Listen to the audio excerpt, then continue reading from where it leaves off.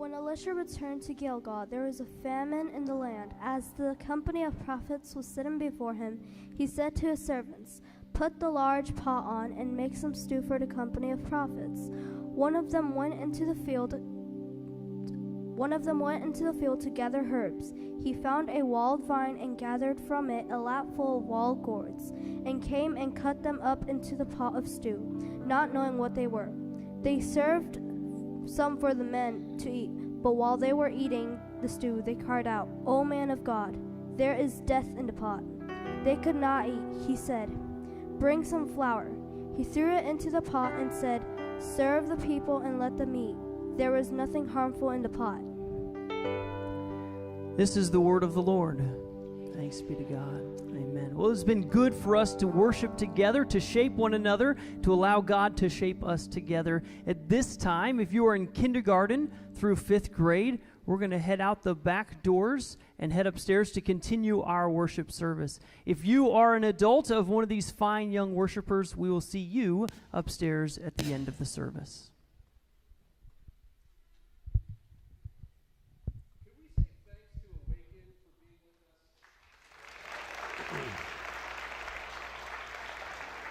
It is really, really good to have Awaken. I love getting to see Trevecca students in the sanctuary here. There are a couple of them in particular I'm really happy to see back at home. So especially a couple sitting right up here. Kyla, Destiny, thank you. So good to be with you. Several of you got like stuff added to your bodies since I've seen you last. And so it's a beautiful new tattoo that I got to see this morning. So it says New Creation, and I'm a huge fan of this. It's just biblical. I love it. Really, really good to be together today. I, friends, am the lone survivor in our household today. What a week it has been. Thank you. Thanks be to God for people who volunteer their time to go to tween camp. And when illness strikes the camp, and they deal with it with grace and compassion, it stirs my heart for being grateful to be a part of the church. I had a very sick son on Thursday who was just in bed all day, and one of my favorite moments is he was mainly sleeping, but he asked me, could you just stay with me? And I said, yeah, I'd be happy to do that. So I moved into his room, and I was there caring for him. And at one point, he just woke up, and he was kind of looking at me. I said, "How you feeling?" He goes, "Oh, I'm okay, I guess." Dad, the nurse at camp was so nice. And I just love the fact that we had adults caring for our kids, leaders who are teenagers, who are just giving themselves in service this week. So our kids came back with all kinds of memory and apparently some sickness that has struck our house. I'm the last one. So we basically made a pact last night. We grabbed the kids and we said, "Okay, kids, we're all getting sick. The last one of us standing has to preach tomorrow." So Calvin was ready this morning. He was like, "Tell him about the receipts." He's got a whole sermon that he is ready for you. So it'll be good whenever that time comes. Thanks be to God. What a fun story in 2 Kings. One of my favorite weird stories in 2 Kings. Now, the good news is 2 Kings has absolutely no lack of weird stories. But this one's one of my favorites because it has to do with cooking. It is a stew that is being made. And it's one of those questions, one of those stories that just begs the question, what do we do with a story like this? And so to get at that, I want to ask you a question that I'd love for you to ponder. Just think about it for a moment. What are the stories that you would want to tell your kids or your grandkids if you found yourself forcibly removed from everything that you loved? Let's say that you were taken away from everything that had formed you, the people, the places, the institutions, the sacred spaces where you had grown and you had been nurtured. What if you found your family miles away from any of those things and you didn't want to give up on forming your kids and your grandkids, passing on to them what has been so formative for you? What are the stories you would want them to know? When I was a kid growing up, I loved listening to the stories that would be told around the dinner table, especially when we went to my grandparents' house. See, my grandparents lived on the same street for their entire life. They came back from World War II, and they took up residence across the street from my great-grandparents. There's multiple generations living on this street in this little town in the middle of California called Raisin City. We have a street named Gaines Avenue in Raisin City. And last summer, I wanted to be sure that I took my kids to Gaines Avenue in Raisin City because, well, about a decade ago, we moved them to Nashville, Tennessee. And I'll be honest about the fact that when we were considering the call to come to Trevecca, there was one of those really difficult discernment questions that would keep me up at night that went something like this. Will they still know the stories of what makes our family who we are? See, there's generations of our family's history in the soil of Central California. Farmers and people who have built their businesses and houses, and there's just something about the stories that make us who we are. They're living in that place. And I shudder to think about the fact that my kids wouldn't know those stories. I don't think that Nashville is a bad place. It's just that's not where those stories are. And so as we thought about making that move, I had to consider, what are the stories that I want them to know? I want them to know the stories of how my grandfather found this leftover army barracks and moved it to Gaines Avenue and turned it into a house and started adding on. And that was the place where our family Thanksgivings were. It was this strange, cobbled together house, and he would just put a patio on the back, and then a few years later put walls on it, and that was the next bedroom, and then he'd put another patio on, and it just kept going and going. I want him to know those stories. I want him to know the stories of how there was no city government in this little tiny farming town. And so my grandfather just took it upon himself to start caring for the city park. There was no one else to mow the lawn, so he would do it. He would take 5-year-old me, and he would put me on his lap, and we would ride around together mowing the lawn, and he would give me a little cash at the end of the time for all the help that I provided him. I wanted my kids to know that story. I wanted them to know the fact that because there was no city government, every time a letter would arrive at the post office addressed to the mayor of Raisin City, the postmaster, who worked by herself, just kind of laughed and went, well, I guess it's Ray Gaines. And she would stick it in my grandfather's box. She elected him mayor unanimously. I wanted them to know those stories. And so last summer, when we had a spare hour as we were driving through Central California, I said, I want you to see where all of this stuff that was so formative in my life took place. And so I took them to Gaines Avenue, and my son now thinks we own an entire city in Central California. I promise we don't own that city, but we might own one of those street signs that somehow found its way into our possession when my grandmother finally sold the house and the last Gaines left Gaines Avenue. What are the stories that you would tell? To root your kids and your grandkids into who you are. What would you want them to know? If you're just joining us this week, we have been walking through a series this summer called Tell Me a Story, where we've been looking at the stories of Scripture as a way of rooting ourselves into who we are called to be as God's people. These are, in some ways, the stories that have been told to us that we don't want to lose. We want to be sure that these stories come to us, but we also want to give you strategies of learning these stories well, not just to kind of unpack the mystery of the stories and figure out, quote unquote, what they mean, but to let these stories seep into our bones in a collective sense. And so last week, we gave you a 5-fold strategy to be able to look at some of these stories and ask certain kinds of questions. I hope these are going to be helpful to you as you encounter stories in the Bible. These are really, really good strategies as you're kind of doing personal devotions or personal scripture reading. It's really helpful, I think, to begin to ask, what's the premise of this story? Why is this story being told?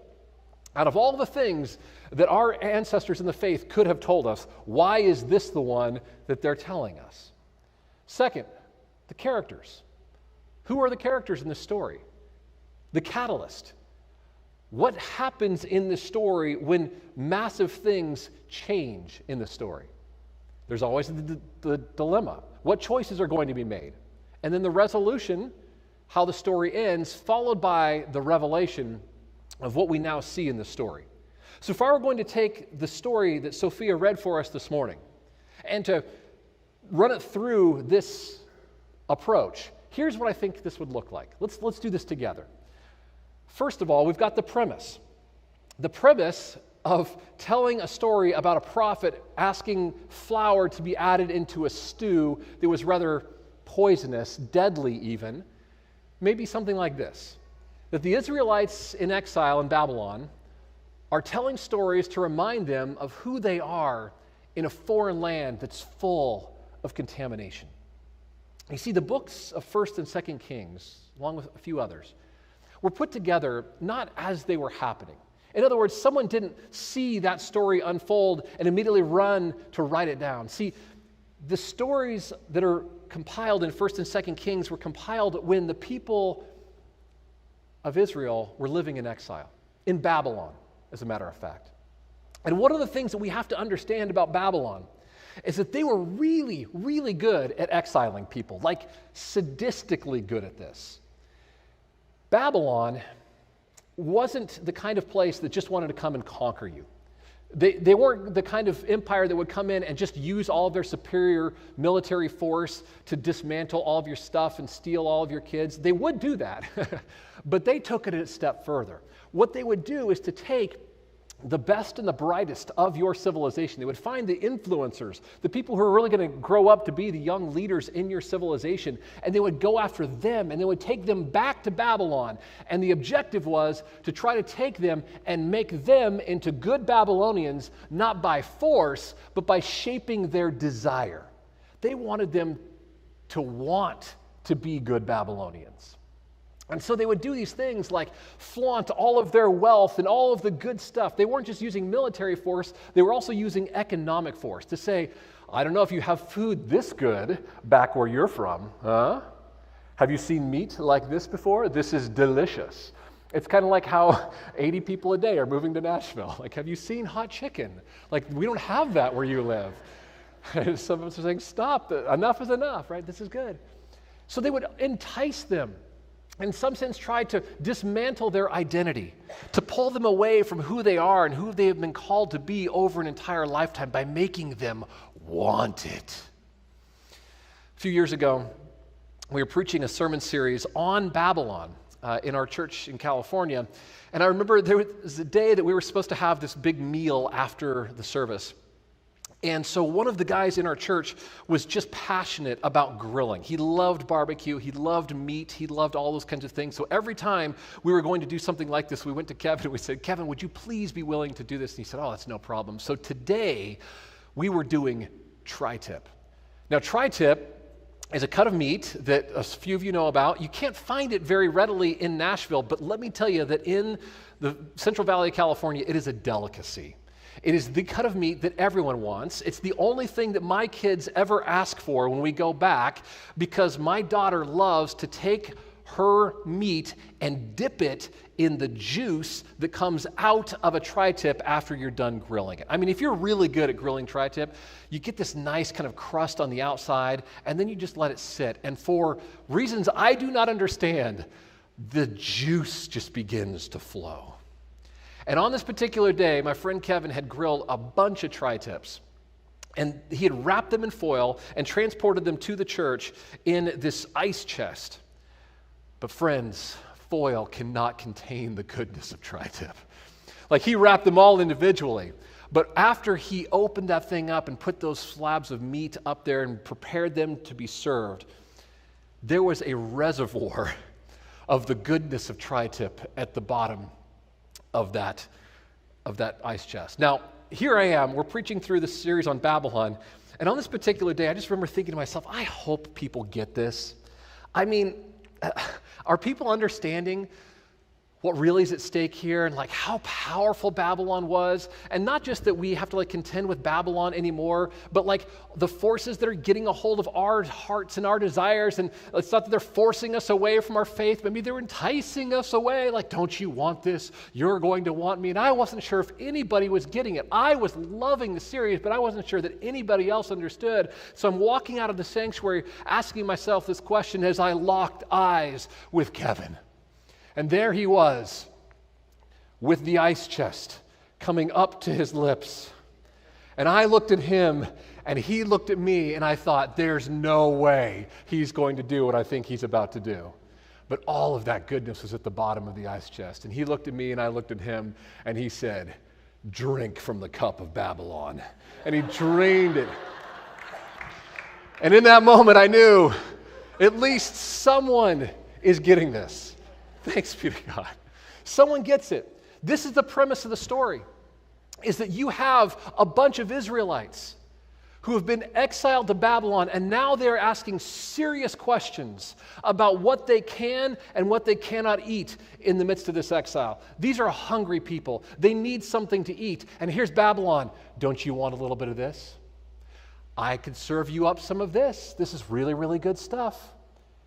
And there's real questions being asked. Should I let my kids eat this food? Because if I start letting them eat this, does that mean that the next thing I know, they're going to become good Babylonians? I mean, we have stories of this in Scripture. Daniel and his friends, what were their names? Oh, you're such good Babylonians. No, Hananiah, Mishael, and Azariah, right? Because here's the deal. If you get people into Babylon, you can change their names to things like Shadrach, Meshach, and Abednego. That was the problem. We know them only by their Babylonian names. And part of what Daniel was trying to do when he was exiled to Babylon is resist the food that the king is trying to entice him with to become a good Babylonian, strip them of everything that they are. Does that make any sense? So here's the dilemma. Here's the premise of this particular story. They're in a land and they're not sure that they're going to be able to survive. Are we still going to be these people? Are we still going to be the holy people God has called us to be? Do we still have a holy vocation as a people, or is this going to be boiled away? See, they're being put into the melting pot. They can feel the heat. And they're not sure if they should eat anything that's being offered to them. Second piece of this. Who are the characters? Oh, let's go back. Who are the characters? Elisha and the prophets in this particular story. Elisha, this younger prophet who took over from Elijah in 1 Kings. What's the catalyst? The catalyst is a hungry prophet adds unknown wild gourd to their stew, putting death in the pot. See, 2 Kings tells us that there was a famine in this part of the world. They didn't have anything to eat. And if I'm guessing here, this is a good guess.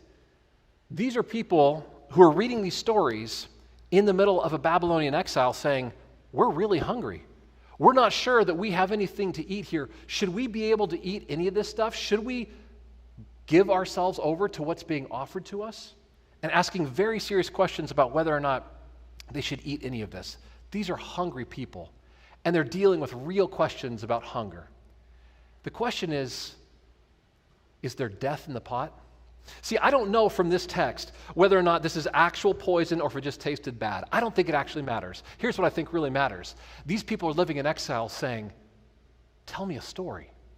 Tell me a story about what our ancestors did when they were in a situation that was similar to this. Tell me how I can maintain being the faithful people of God when everything is enticing me away from that. Tell me something that I can hang on to that helps me instruct my kids when they want to eat the food that is being offered to them. Is there any story in our history?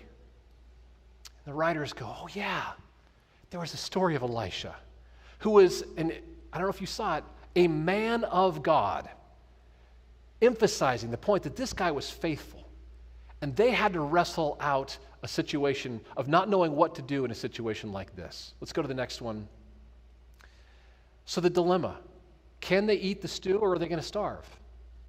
And you heard the way that it resolved in just a few verses. Rather than throw the stew away, rather than starve, Elisha asks one of the prophets to go get some flour. And he simply says, keep adding in more flour. Keep putting that stuff in until there was nothing harmful in the pot.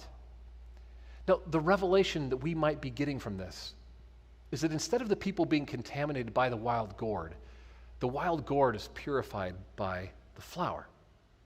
Now, I would imagine this would come as really good news to people who are living in exile. Oh, this is really good. We don't have to just be afraid of all of this stuff. The death in the pot may not kill us after all. That's really, really good news to people who are living in that kind of a situation. I think it's also really good news for us. because I get the sense that we are up against similar kinds of social pressures these days. It may not be quite as prevalent as it is to the ancient Israelites. It may not be that someone has come and forcibly removed us from our land, but I think that's the insidious nature of Babylonian exile. So they're trying to exile you by making you want it. We're feeling the heat of being stewed into the melting pot. And I need to be honest with you that sometimes I have a real struggle understanding what is in the stew that's going to be good and what's in the stew that's going to kill us. I think in our cultural moment that we are living through together these days, there is a lot of tension that's emerging around, well, being a melting pot. See, on the one hand, for us living in America, we Americans, man, there is a kind of virtue of signaling that America is this great melting pot, right? We have all of these different cultures and all of these different influences and all of these different backgrounds and people coming together, and we signal together. We say this is kind of a virtue. We are the great melting pot, and so we mix everybody in and we kind of stew it all together. And I don't know if you've noticed or not, but I think there are a few people who are looking to strain out some of the influences of that stew. There's a few ingredients that they don't want in the stew. It's not their preferred taste. And so you've got some people who are going to work. How do we strain the stew? It's a point of tension. Another point of tension that I'm wrestling with these days is when I try to go through my life as a follower of Jesus. And friends, let me be honest about this. I really don't know sometimes if what I'm swallowing is the bad stuff or the good stuff in the stew. I don't know how to do it. Just a trip to the shopping mall to be able to get my kids clothes. I'm buying the same clothes that everybody else is buying. I'm participating in the same kind of economic systems. I'm using the same kinds of like credit cards and debit cards and all these kinds of things. Like, it's not really any that different. Like, sometimes I'm not sure how much of this is being a faithful follower of Jesus and how much of this is just outright consumerism, because I don't know where the boundaries between those two things are. Does that make any sense? Do you feel the tension that I'm living in? Maybe you feel it too. So I love to go to baseball games. I love baseball games. And sometimes I don't know what's in the stew. Like, we go to these games, these sporting events in this country, and sometimes it's like nationalism. There's some like sprinkled in there, and is it Christian faith that's in here too, and some consumerism, and like all of the industry that is like professional sports, and like it's all being mixed together. And sometimes I'm going just like, I'm a little bit conflicted about all of these influences. I don't know what's going to make me a follower of Jesus and what's enticing me away. It's really hard to know. And can I be honest about the fact that I don't think the borders are that clear? It's like a stew. I can taste it a little bit. There's the influence. There it is. But does that mean that I can't eat the stew anymore? Does that mean that if I eat the stew, I'm being enticed away from my calling to be part of God's people? I think that's the tension that we're living in. I also think that Israel did a really good job of telling stories. There may be no way to like differentiate the exact influence. There's the line right there. We do this and we do no more. That's really hard to do. So what does Israel do? As they're living in Babylon, trying to figure out how much is too Babylonian and how much is going to make us the faithful people of God, they tell a story about death in the pot and what the man of God was helping to do to remain faithful to his calling. I think that they developed a really, really good, theology of holiness. See, part of what makes Israel Israel is that they've got this distinctive calling to be God's holy people, that they are going to be the people who represent God to the rest of the world when someone's looking for a little life in the midst of a bunch of death. And so if we look at the way that Israel understands holiness, there's lots of different ways that we could do this, but today I'm just going to focus on just this one brief one, which is to say that the people of Israel understood their holy calling to bring life to the places where there is death, and to make sure that they don't usher death into the places where there is life. And you can see this all the way through like the book of Leviticus, which I know you're doing your devotions in on a regular basis, like all of those holiness codes, right? The stuff that you're not supposed to eat and the things you're not supposed to touch. And why is all of that there? Because for the most part, that stuff is ushering death into the middle of life. It's got all of its roots back in Genesis 1 when God takes things and separates them and blesses them for the sake of life getting to flourish.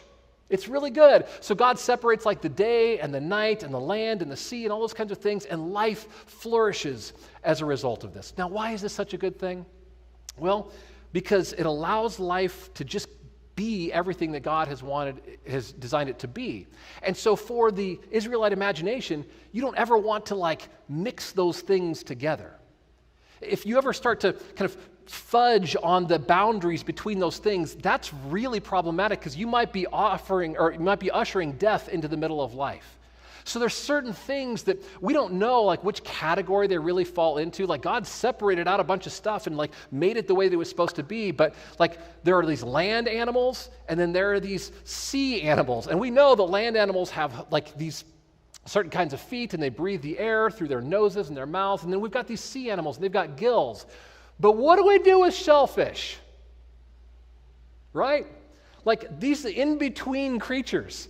They live in the ocean, but they don't have gills. Like, let's not eat those things. We might be ushering death into the middle of a well-ordered creation. Does that make sense? So what you see here is a whole like list of things emerging in the consciousness of Israel's theological imagination to be the people who don't bring death into the middle of life. Got to say that there's some death in the pot in my house right now. And I think there's some good, holy, ancient wisdom in saying, have you been around someone who's really sick? Stay away. If you have, issued forth bodily fluids, hang out outside of the town for a little while. Does that make any sense? We don't want this. Why? Because you might be bringing death into the midst of life. Now, why do I think that's such good holiness theology? Because I think it's part of what God is doing to make the world new. God is calling a people to say, there's a lot of death that's been dealt in the world. Don't usher it in. Don't mix it in. We don't want that. But at the same time, I can't help but think about the Israelites who are wrestling in Babylon with whether or not they eat the stew. And I get the sense that for Israel and for us, there is a lot of really good intention. Hear me on this. Because for as long as our church has been in existence, we have been a people who also detect that we are called to be a holiness people because we are called to bring life into the midst of death. And for as long as we've been around, I think the temptation for us holiness people has been to do something like this, to look around at the pot that is being stewed together and to say, how in the world do we make sure that this isn't going to kill us? How in the world do we make sure that we still fulfill our vocation as God's holy people? Let's get all the bad stuff out. Let's strain the stew as best we can and make sure that we are getting in there and pulling out all of the bad stuff. I see it over and over and over again, and if I can be honest with you, I see an emerging tension in our own tradition these days of people who really want to be the holy people of God, and they're trying really hard to strain the stew, just to make sure they get all the bad stuff out. Identify what the bad stuff is, figure out what's killing us, get it out of here. We got to get rid of it. And also, I've seen generations of people struggling, deeply desiring to be the holy people of God, to say, I want to be fully devoted to God, but I've got this stuff inside of me that seems like it is killing me. I'm participating in stuff and I'm doing things and I've got desires. How do I get the bad stuff out? And we go about living the holy life in a personal sense by just trying to get all of the bad stuff out, to strain it out of the stew. And I hear Israel living in the midst of Babylon. Babylon, oh, come here. Give up your vocation. You don't need to be the holy people of God. We could use you. We could make you good Babylonians. Don't you want what we have to offer? And not finding a strainer that's effective enough to get rid of all of the bad stuff. What do we do? How do we live as holy people in the midst of a place that's enticing us away from our calling? could you tell me a story? Tell me a story on how I do that. So the writer of 2 Kings says, I'll tell you a story. There was a man of God named Elisha, and there was death in the pot. They were starving. They couldn't get rid of all of the bad stuff. But you know what they did? They mixed in a bunch of good. Israel, you can almost hear it in the pages. Israel, don't you know who our God is? Our God, remember, is the one who is excessive goodness. Our God has goodness far beyond any of the death that's in the pot. Our God is the one who is, in God's own nature, goodness itself. You think there's death? Let me show you how much more goodness there is in God. Start mixing in more good. You have nothing to be afraid of the death in the pot so long as you are willing to pour in, because there's way more life in God than there is death in the pot.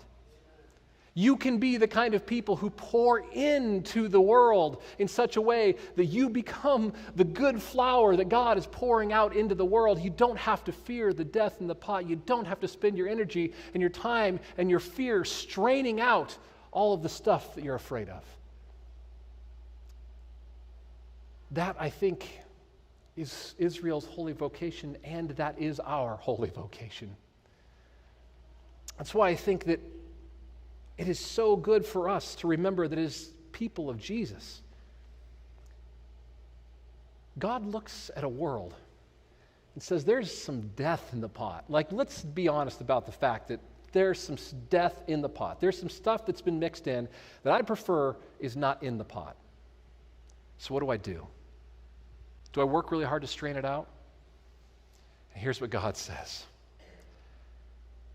I will become the bread of life. Jesus is poured out into the death-filled pot. It's almost as if in this meal that we are coming together to celebrate today, that God is pouring in a bunch of good, a bunch of flour. And so every time we come to celebrate this meal together, I want us to remember that we are being sent into a world where there is death that is being stirred into the pot. And sometimes it's really hard for us to know how much of this is the good stuff and how much of this is the bad stuff. And we spend way too much of our energy on trying to figure that out. Here's where I think our posture is, in simply receiving the good that God is pouring out. By becoming flesh, the plenitude of God's goodness is stirred into the pot. And hear the good news of the gospel in this. So nothing in this will harm you anymore. God was stirred in so abundantly and so fully that nothing in the pot is going to harm us. There's nothing harmful in the pot anymore. Is that where we are as the people of God? That's the faith that is our faith, friends. That God has poured out goodness in such abundance that nothing in the pot is going to kill us anymore. That's going to shape that we live as the holy people of God. So if I could ask this, that as we come to this table, as we prepare ourselves for this feast of abundance, that you come with desire in your heart, not for the things that would entice you away, but to desire the goodness, the abundance of goodness that is meeting us in this feast. We're going to open the altars for prayer in just a moment, and maybe it is the case that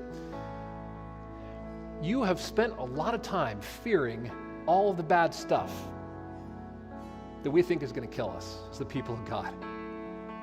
I do. I will be the first to confess, I'm afraid of the death in the pot. I get pretty worked up about that stuff. And today I think the good news of the gospel lands on me in this way, that I need to simply come and receive the goodness of God.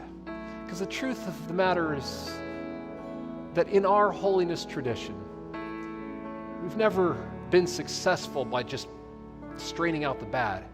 The only hope we have is to usher in the good, to open ourselves to the abundant infilling of God's Holy Spirit, of love filling the heart, excluding sin.